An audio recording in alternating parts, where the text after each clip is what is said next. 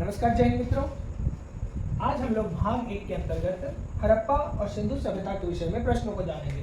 भाग 1 video number 1 है, जहां से हम लोग सामान्य अध्ययन की तैयारी करेंगे। तो पहला जो विषय है वह है हड़प्पा या सिंधु सभ्यता।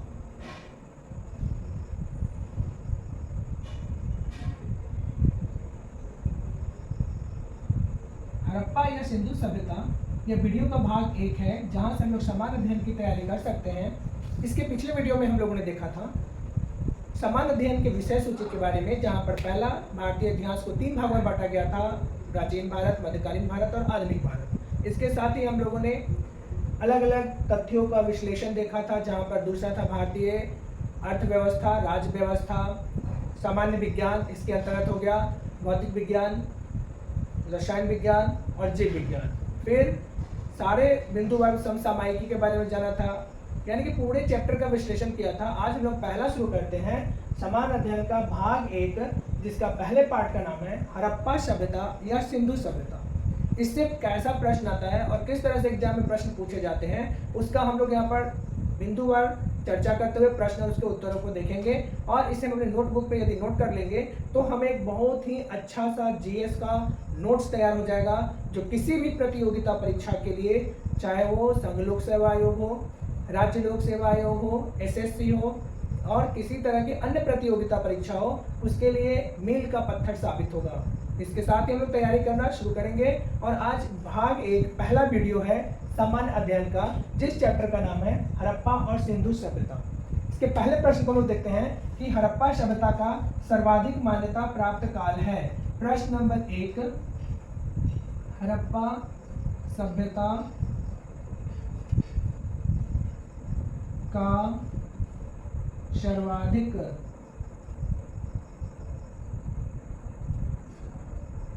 मान्यता प्राप्त काल है।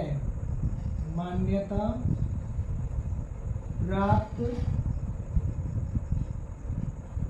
काल है। यह क्वेश्चन बहुत सारे पीसीएस एग्जाम में और प्रतियोगी परीक्षा में आया है कि हड़प्पा सभ्यता का सर्वाधिक मान्यता प्राप्त काल निर्धारण कौन सा काल है, जिसे हड़प्पा सभ्यता का सर्वाधिक मान्यता प्राप्त काल कहा गया है। तो 2500 ईस्वी पूर्व से 1750 ईसा पूर्व तक का जो काल है, 2500 ईसा पूर्व से 1750 ईसा पूर्व तक का जो काल है, इसे हड़प्पा सभ्यता का सर्वाधिक मान्यता प्राप्त काल कहते हैं। यानी पहला प्रश्न है कि हड़प्पा सभ्यता का सर्वाधिक मान्यता प्राप्त काल कौन सा है, तो इसका उत्तर हो जाएगा 2500 ईसा पूर्व से 1750 ईसा पूर्व तक का काल सर्वाधिक मान्यता प्राप्त काल है। प्रश्न नंबर 2 की तरफ बढ़ते हैं। दूसरा प्रश्न क्या है कि सिंधु घाटी की सभ्यता कहाँ तक विस्तृत थी।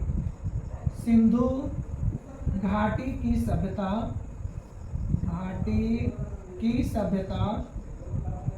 सभ्यता कहाँ तक विस्तृत, मतलब इसका विस्तार, विस्तृत थी। सिंधु घाटी की सभ्यता कहाँ तक विस्तृत थी, तो इसका जो विस्तार था ना मित्रों, वो कहाँ तक था, तो इसका आंसर देखिए सिंधु घाटी की सभ्यता कहाँ तक विस्तृत की गई थी, तो इसका आंसर हो जाएगा पंजाब। के बाद वहां से खोजा गया था राजस्थान।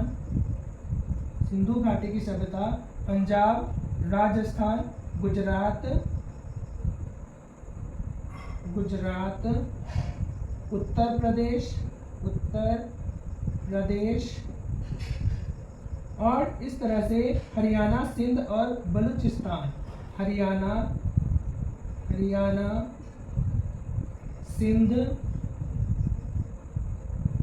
और बलूचिस्तान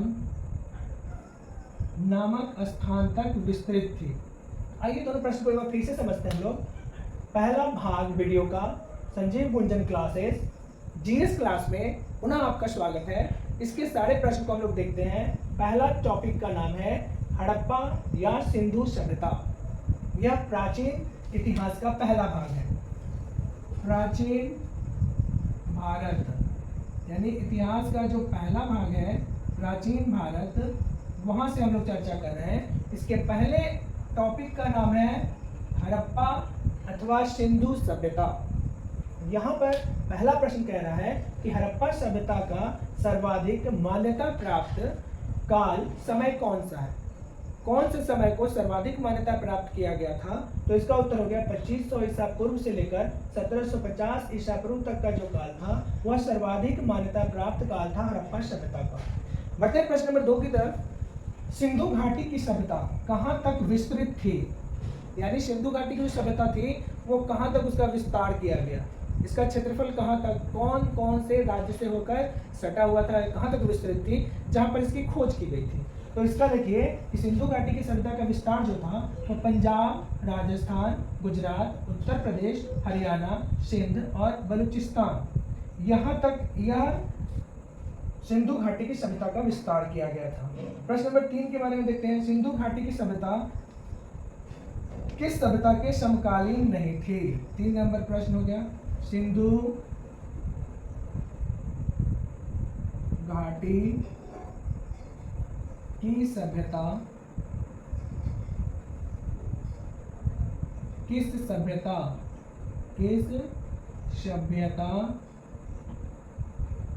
के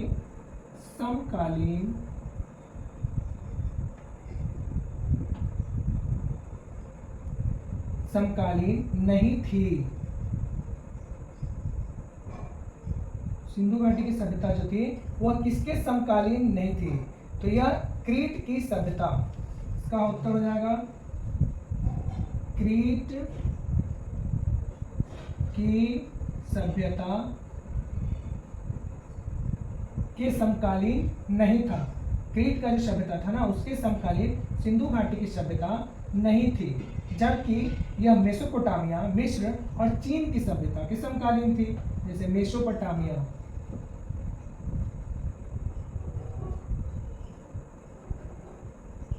चीन और मिस्र की सभ्यता के समकालीन था, इसके समकालीन था, परंतु सिंधु घाटी सभ्यता क्रीट की सभ्यता के समकालीन नहीं था। तो इस सभी के समकालीन था। मेसोपोटामिया की सभ्यता के समकालीन था, मिस्र की सभ्यता के समकालीन था, चीन की सभ्यता के समकालीन था, परंतु क्रीट की सभ्यता बाद की सभ्यता थी, इसके समकालीन नहीं था। तो सिंधु घाटी की सभ्यता किस सभ्यता के समकालीन नहीं थी? तो इसका राइट आंसर हो जाएगा क्रीट की सभ्यता। तो यह हमारा हो गया तीसरा प्रश्न। आगे बढ़ते हैं अगले प्रश्न की तरफ।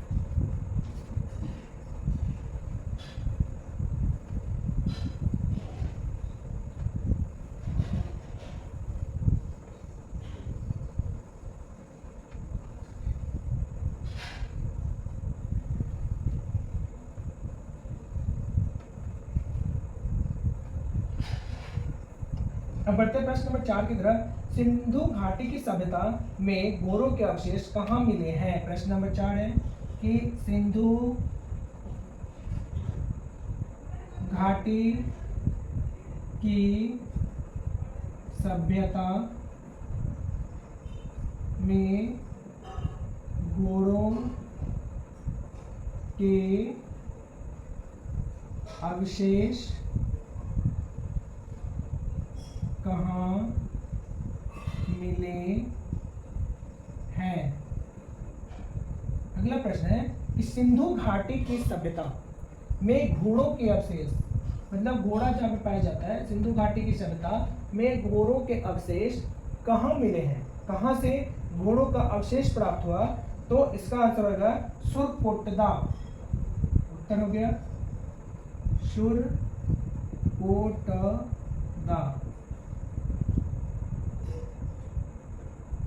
यहां से घोड़ों का अवशेष मिला था। 5 नंबर प्रश्न को देखिए। 5 नंबर प्रश्न क्या है? सिंधु घाटी सभ्यता का जो स्थल है कालीबंगन किस प्रदेश में है? सिंधु घाटी सभ्यता का स्थल कालीबंगन, यानी सिंधु घाटी स्थल, सिंधु घाटी स्थल जिसका नाम क्या हो गया, कालीबंगन, किस प्रदेश में है? कालीबंगन किस प्रदेश में है? सिंधु घाटी की सभ्यता कालीबंगन, यह स्थान का नाम है, स्थल है जो सिंधु घाटी स्थल के रूप में है। तो यह कहाँ पर था? राजस्थान में। तो इसका आंसर हो गया राजस्थान में। छठवां प्रश्न देखिए, छठा प्रश्न क्या कर रहा है? किस पदार्थ का उपयोग हड़प्पा काल की मुहर के निर्माण में किया जाता था? किस पदार्थ का उपयोग, किस पदार्थ का उपयोग मुहर बनाने के लिए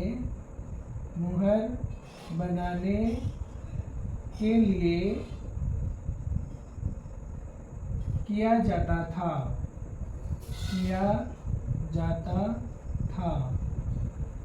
यह हो गया किस पदार्थ का उपयोग मुहर बनाने के लिए किस पदार्थ का उपयोग किया जाता था? इसका हो गया टेराकोटा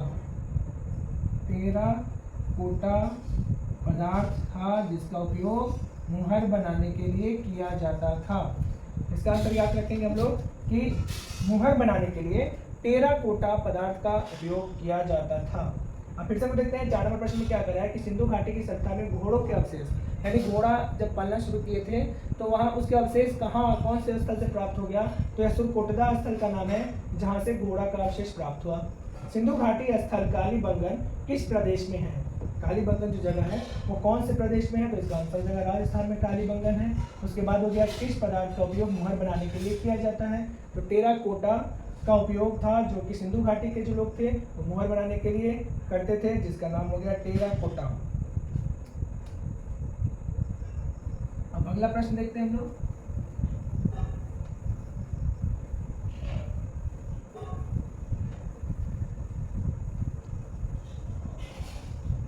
बढ़ते हैं प्रश्न नंबर 7 की तरफ। 7वां प्रश्न क्या है? हड़प्पा सभ्यता किस युग की सभ्यता थी? तो यह 7वां प्रश्न हो गया। हड़प्पा सभ्यता किस युग की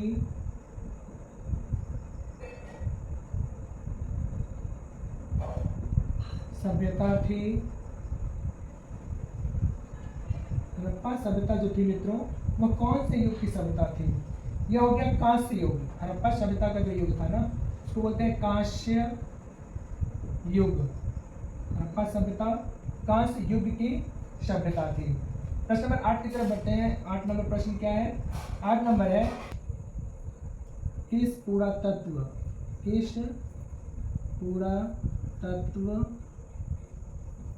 को कहा गया? हड़प्पा सभ्यता का नकली स्थान यानी बाग किस तत्व को कहा गया? पुरातत्व को कहा गया। कौन सा पुरातत्व है जिसको नकली स्थान या बाग कहा गया? तो मित्रों इसको कहते हैं मोहनजोदड़ो। इसको मूवी बनी हुई है मित्रों।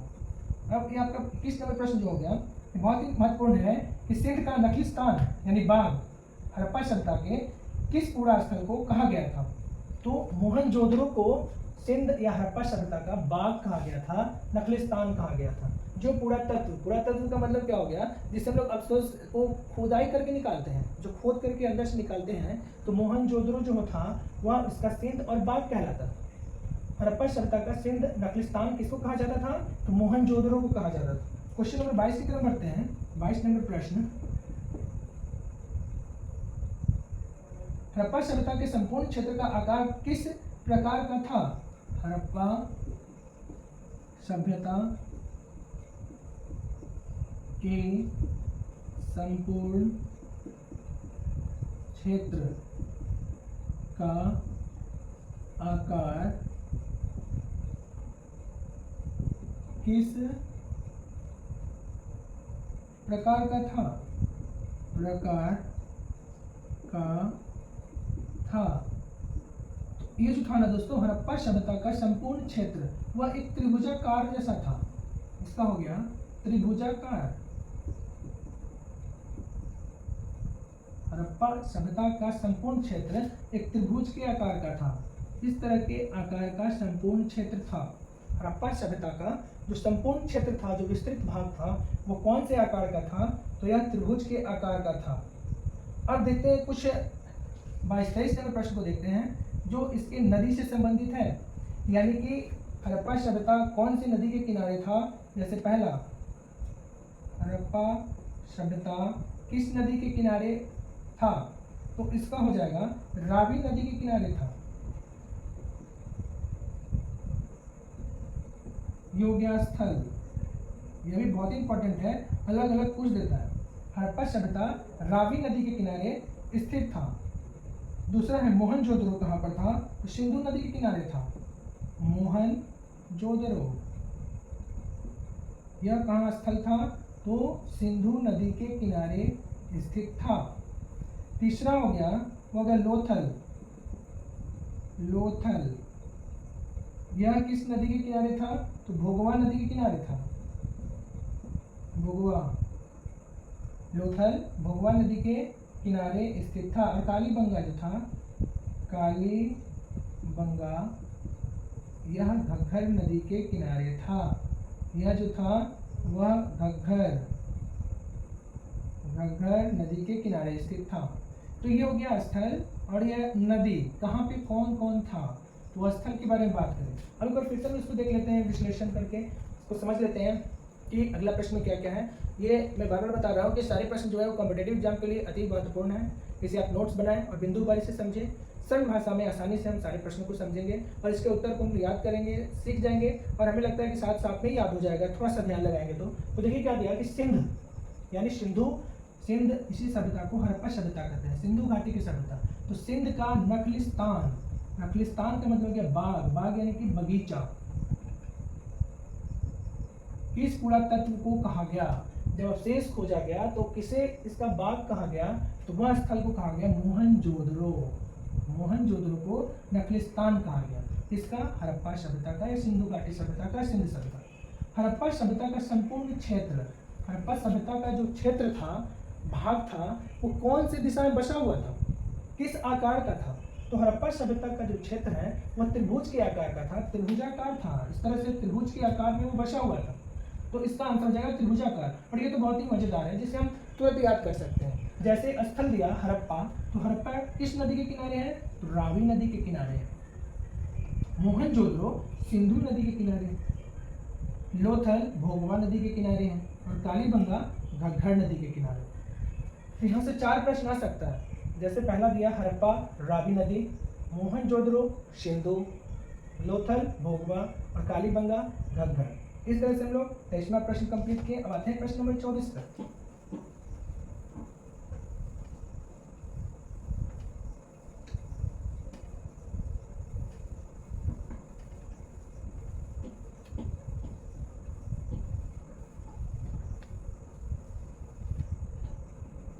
प्रश्न नंबर 24 है, हड़प्पा सभ्यता के अंतर्गत हल से जोते गए खेत का साक्ष्य कहाँ से मिला है? प्रश्न नंबर 24, हड़प्पा सभ्यता के अंतर्गत हल से जोते गए खेतों का साक्ष्य कहाँ से मिला है? हड़प्पा सभ्यता के अंतर्गत जोते गए खेतों का, खेत को जोता गया ना, उसका साक्ष्य कहाँ से मिला? तो इसका उत्तर हो गया कालीबंगा।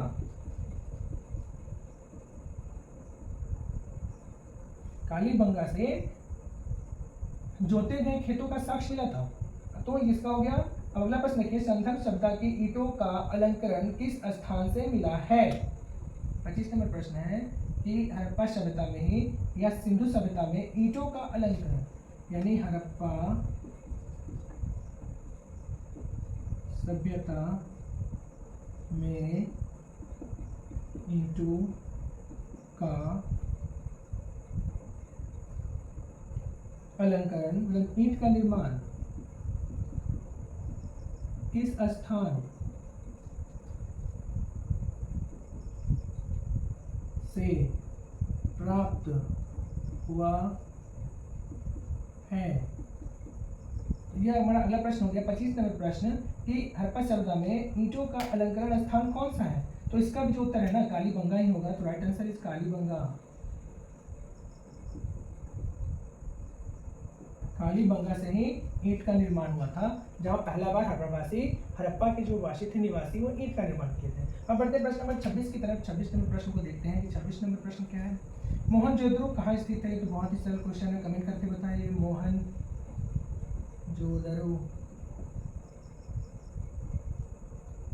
कहाँ स्थित है। मोहनजोदड़ो कहाँ स्थित है। अभी हम लोग सिंधु सभ्यता के बारे में बात कर रहे हैं। तो मोहनजोदड़ो जो था वो कहाँ स्थित है। तो मोहनजोदड़ो सिंधु में, यानी कि मोहनजोदड़ो कहाँ है, सिंध में स्थित है। मोहनजोदड़ो सिंध में स्थित है। तो आपका हो गया प्रश्न नंबर 26 कि मोहनजोदड़ो कहाँ स्थित है। तो सिंध हो जाएगा।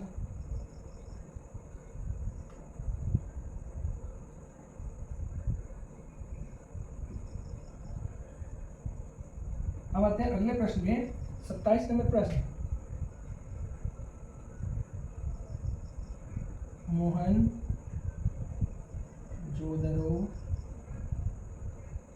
में बृहद स्नानागार पाया गया है।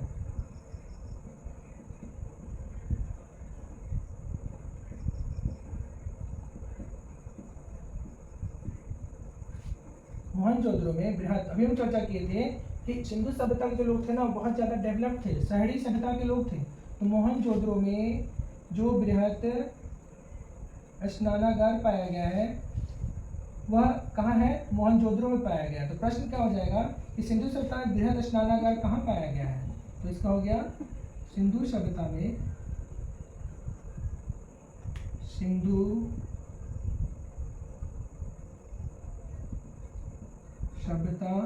में बृहद स्नानागार पाया गया है। इसका आंसर क्या हो जाएगा, मोहनजोदड़ो में पाया गया। इसका उत्तर हो गया मोहनजोदड़ो।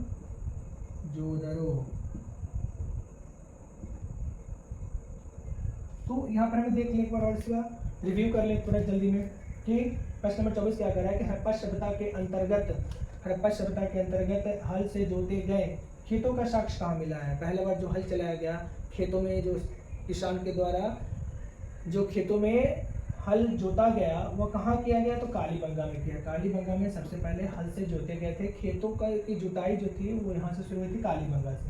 हड़प्पा सभ्यता में ईंटों का निर्माण किस स्थान से प्राप्त हुआ था। ईंट बनाना शुरू कहाँ से किया गया था। तो वो भी कालीबंगा से ही शुरू किया था। मोहनजोदड़ो कहाँ स्थित है। तो सिंधु घाटी सभ्यता को, जैसे सिंध हो गया उसी को सिंध में मोहनजोदड़ो स्थित है। कहाँ पर हो गया, सिंध नदी के किनारे। यह मोहनजोदड़ो सिंधु नदी के किनारे है, तो सिंध में मोहनजोदड़ो स्थित है। सिंधु सभ्यता में बृहद स्नानागार, हम लोग चर्चा किया था कि सिंधु सभ्यता में जो बड़ा स्नानागार है वो कहाँ पर मिला था। तो इसका आंसर हो गया मोहनजोदड़ो।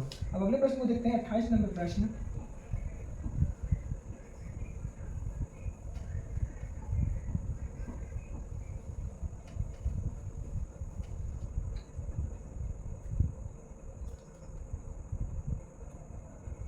सिंधु सभ्यता की मुद्रा में 28 नंबर प्रश्न। सिंधु सभ्यता की मुद्रा में किस देवता के समतुल्य चित्रांकन मिलता है। किस देवता के समतुल्य चित्रांकन मिलता है। इसका उत्तर क्या हो जाएगा, सिंधु सभ्यता की मुद्रा में किस देवता के समतुल्य चित्रांकन मिलता है। तो हमने चर्चा की किसके बारे में, पशुपति यानी कि आदि शिव।